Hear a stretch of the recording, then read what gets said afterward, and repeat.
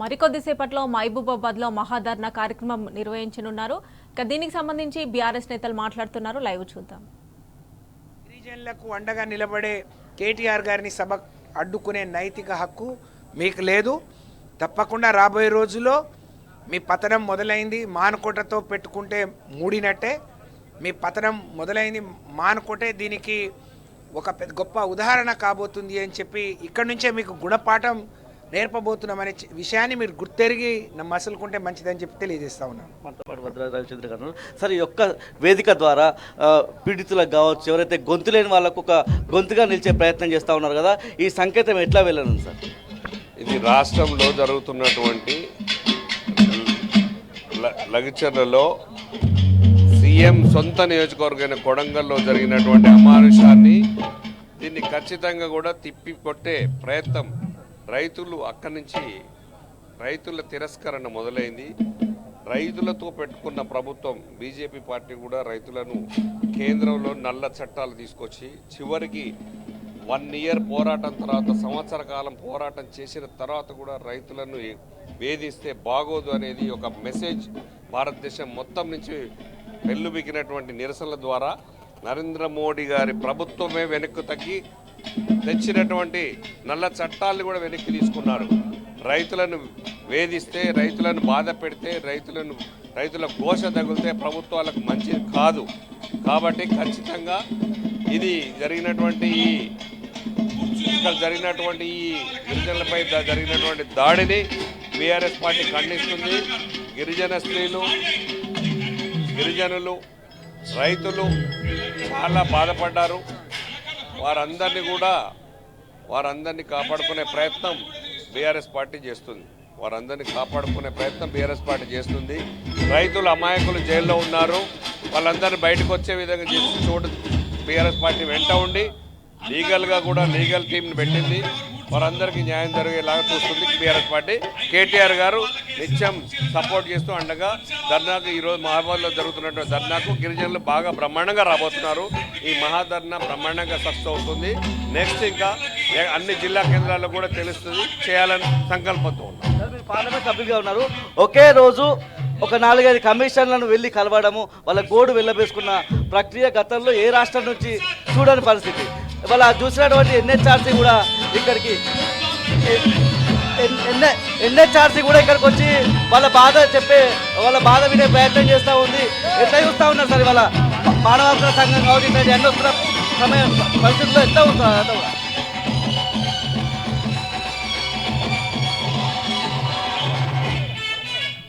ఢిల్లీలో SC commission, మహిళా commission, తర్వాత హ్యూమన్ రైట్స్ కమిషన్ వాళ్ళు ఒకే రోజు గిరిజనులందరూ, రైతులు, గిరిజనులు, మహిళలు వచ్చినప్పుడు గిరిజనులందరూ కూడా కలిసి హామీ ఇచ్చారు. హామీ ప్రకారం అందరూ కూడా నోటీసులు ఇచ్చారు. ఖచ్చితంగా కూడా నోటీసులు ఇచ్చారు. రాష్ట్ర ప్రభుత్వంపై నోటీసులు ఇచ్చారు. ఖచ్చితంగా కూడా నిన్న ఇవాళ కూడా హ్యూమన్ రైట్స్ వాళ్ళు వచ్చారు కూడా. ఇవన్నీ ఒకటి ప్రభుత్వానికి చెంపపెట్టులు. ఇవన్నీ ఒక గిరిజనులు ఇక్కడ జరిగిన దాడిని ఢిల్లీకి దాకా తీసుకెళ్లి కూడా కమిషన్లందరినీ కలిసి చేయడం, ఇది కాంగ్రెస్ పార్టీ ప్రభుత్వానికి చాలా పెద్ద ఎత్తున చెంపపెట్టులాగా భావించాలి. గిరిజనుల దాడి, రైతుల దాడి మొదలైంది. ఇది మంచిది కాదు. రేవంత్ రెడ్డి గారు చేయాల్సిన పనులు చాలా ఉన్నాయి. అవి చేసుకుంటూ రైతులను అభివృద్ధి చేయాల్సిన పనులను ఆపేసి ఏమేమి చేస్తున్నారో చేయాల్సిందిగా కోరుతున్నాం. ఏం చెప్తారు మన గిరిజనుల పక్షాన ఏం డిమాండ్ చేస్తా ఉన్నారు? నేడు మహబూబాబాద్ జిల్లాలో గిరిజనుల మహాధర్నా ఏదైతే నిర్వర్తిస్తున్నామో, గౌరవ కేసీఆర్ గారు గాంధీ మార్గంలో పోతూ ఏదైతే గిరిజనులకు జరుగుతున్న అన్యాయం పట్ల ఎదిరించేందుకు ఇవాళ కొత్త కాదు, ఇవాళ రేవంత్ రెడ్డి ప్రభుత్వం దుర్మార్గపు పాలనతోటి ఇవాళ గిరిజనుల జీవితాలతో ఆటలు ఆడుకుంటుంది. తస్మాత్ జాగ్రత్త రేవంత్ రెడ్డి. మా గిరిజనులు అమాయకులు అని చెప్పి వాళ్ళ భూములు గుంజుకొని మా గిరిజనుల పేట్ల నువ్వు అఘాయత్యం చెలాయిస్తున్నావు. రాబోయే రోజుల్లో నీ యొక్క గోరి ఎలకరి నాంచారికి ఎట్లా పాతర పెట్టినామో మా గిరిజనుల జోలికి వస్తే నిన్ను కూడా ఎలకరి నాంచారి టైప్లో పాతరేసి ఓట్ల ద్వారా నీ యొక్క ప్రభుత్వాన్ని కూల్చకపోతే మా గిరిజన జాతి సమాజం అంతా ఇవాళ కోడై కూస్తున్నది. గిరిజనులకు అన్యాయం చేస్తున్నావు, గిరిజనులతో పెట్టుకుంటున్నావు. ఇవాళ లగిచెర్ల గ్రామంలో ఫార్మాసిటీ అని, ఫార్మా కారిడార్ అని రకరకాలుగా నీ అన్న తమ్ముల దోపిడీ దౌర్జన్యాలను అరికట్టేందుకు మేము ఇవాళ మహబూబాబాద్లో చేసే ఏదైతే మహాధర్నా ఉందో మహాధర్నా ద్వారా నీ యొక్క సీఎం కుర్చీ కూలే రోజు వస్తుంది. రేవంత్ రెడ్డి ఖబర్దార్, జాగ్రత్త. గిరిజనులు అంటే అమాయకులు అనుకుంటున్నామో, గిరిజనులకు తోడెవరు లేరు అనుకుంటాం. ఇవాళ కేసీఆర్ తెలంగాణ రాష్ట్రాన్ని సాధించిన కేసీఆర్ మా తోడు ఉన్నాడు, బీఆర్ఎస్ పార్టీ ఉన్నది, కేటీఆర్ హరీష్ రావు గారు మా తోడు ఉన్నారు. ఎందుకంటే మాకు మీరు చేసే అన్యాయాన్ని ఎదిరించే పార్టీ ఏకైక పార్టీ రాష్ట్రంలో ఏదైనా ఉందంటే అది బీఆర్ఎస్. బీఆర్ఎస్ మీ యొక్క మెడలోంచి మా గిరిజనుల హక్కులను మీరు ఏదైతే మాకు ఫార్మాసిటీ వద్దు, మా భూములే మాకు ముద్దని మా గిరిజన జాతి అంతా కోడై కూర్చొని వాళ్ళను జైల్లో పెట్టి మా గిరిజనుల సాహసాలను చూస్తున్నావు. ఇప్పటికైనా బేసరతుగా వాళ్ళను ఎలాంటి శిక్ష లేకుండా ఇప్పటికైనా మీరు జైల్లో నుంచి వదులుతూనే మంచిది. లేకపోతే మీ యొక్క కాంగ్రెస్ పార్టీ నాయకులను ఊర్లో తిరగనీయకుండా మీ యొక్క ప్రభుత్వాన్ని, ఈ యొక్క దుర్మార్గపు దాష్టిక ప్రభుత్వాన్ని మేము అంతం చేస్తామని కోరుతున్నాను. మీరేం చెప్తారు? రాజేష్ నాయక్ ఓయూ స్కాలర్గా ఉన్నారు. ఈ విధానాలన్నీ కాంగ్రెస్ పార్టీ చేస్తున్నటువంటి విధానాన్ని ఎట్లా చూస్తూ ఉన్నారు? గిరిజనుల పక్షాన వస్తున్నటువంటి కేటీఆర్ను కూడా అడ్డుకుంటామని చెప్పడం అంటే ఒక సమాజానికి వాళ్ళ భరోసా కల్పించడానికి వస్తున్నప్పుడు అడ్డుకుంటామనడం ఎంతవరకు కరెక్ట్? వాళ్ళ ఈ సభ ద్వారా ఎట్లాంటి సంకేతం ఉంది గిరిజన సమాజానికి? ఇప్పుడు గిరిజన సమాజంలో పుట్టి గిరిజన ఓట్లతోటి ఇవాళ గిరిజన ఎమ్మెల్యేలుగా ఎదిగి ఇవాళ గిరిజన సమాజంలో పుట్టిన ఈ దొంగన కొడుకులు గిరిజనకులు అన్యాయం జరిగితే మాట్లాడడానికి వాళ్ళకి అండగా ఉండడం కోసం కేటీఆర్ గారు వస్తా అంటుంటే రాళ్లతోటి కొడతాము, మేము అడ్డుకుంటామని మాట్లాడే దున్నపోతులకు ఒకటే హెచ్చరిస్తాము. రే డోర్నకల్ ఎమ్మెల్యే అయినట్టు రామచంద్ర నాయక్ ఖబర్దార్, నువ్వే కనుక సిగ్గు శరం లజ్జ ఏదైనా ఉన్నది అని అంటే తక్షణమే రాజీనామా చేసి మళ్ళీ నువ్వు నిలబడు. నా కొడక ఏమనుకుంటున్నావు?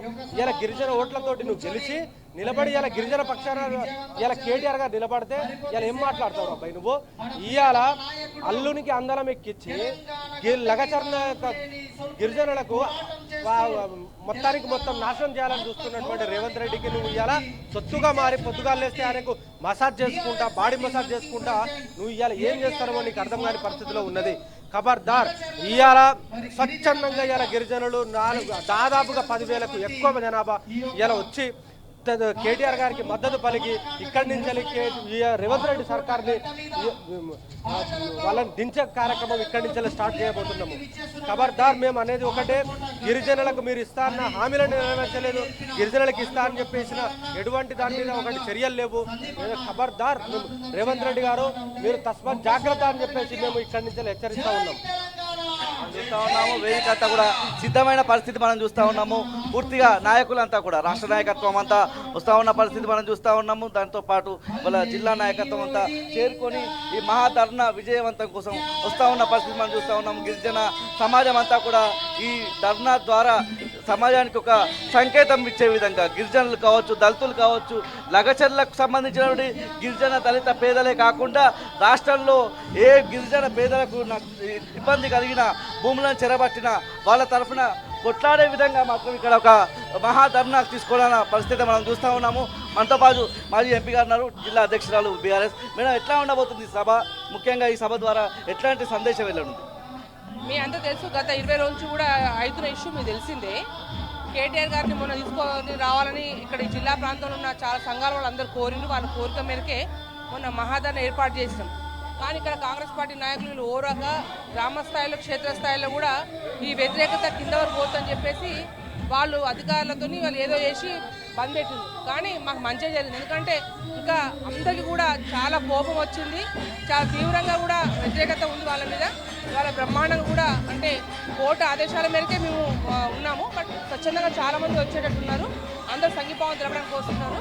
కాబట్టి ఏదైతే లగచర్లో జరిగిన సంఘటన ఉందో ఆ లగచర్లకు సంబంధించి వాళ్ళు ఏదో ఫార్మా కారిడార్ ఏదో అంటున్నారు. కారిడార్ వద్దు, ఏమొద్దు, మా గిరిజన రైతులు ఎవరు ముట్టుకోవద్దు. మీరు ఏదైతే ఫార్మా సంబంధించిన గతంలో గత ప్రభుత్వం 14,000 ఎకరాలు ఏదైతే అది ల్యాండ్ ఎక్వైర్ చేసిందో అక్కడే పెట్టడానికి డిమాండ్ చేస్తా ఉన్నాం. అడ్డుకుంటామని చెప్పి ఒక ప్రయత్నం చేశారు కోర్టు, అంటే హైకోర్టు లాంటి కోర్టు ఏదైతే అనుమతి ఇచ్చినా కూడా ఇక్కడ అడ్డుకుంటామని, అంటే కోర్టులను కూడా లెక్క చేయకపోవడం, గౌరవించకపోవడం అని అర్థం చేసుకోవచ్చా? వాళ్ళది మూర్ఖత అనుకోవాలి. వాళ్ళు మూర్ఖం కాకపోతే ఏంటండి, మేమే నిన్న ఎస్పీ గారిని కలిసి సామరస్యంగా జరగాలి, ఎటువంటి అన్ని కూడా అవాంఛిత ఇబ్బందులు ఏమి కలగకూడదని చెప్పి నేను, దయాకర్రావు, సత్యాగ్రహుడు గారు, నేను అందరూ కూడా ఎస్పీ గారికి ఇది మంచి సాఫీగా జరగాలి, మహబూబాద్ ఎటువంటి ఇబ్బంది జరగవద్దని చెప్పడం జరిగింది.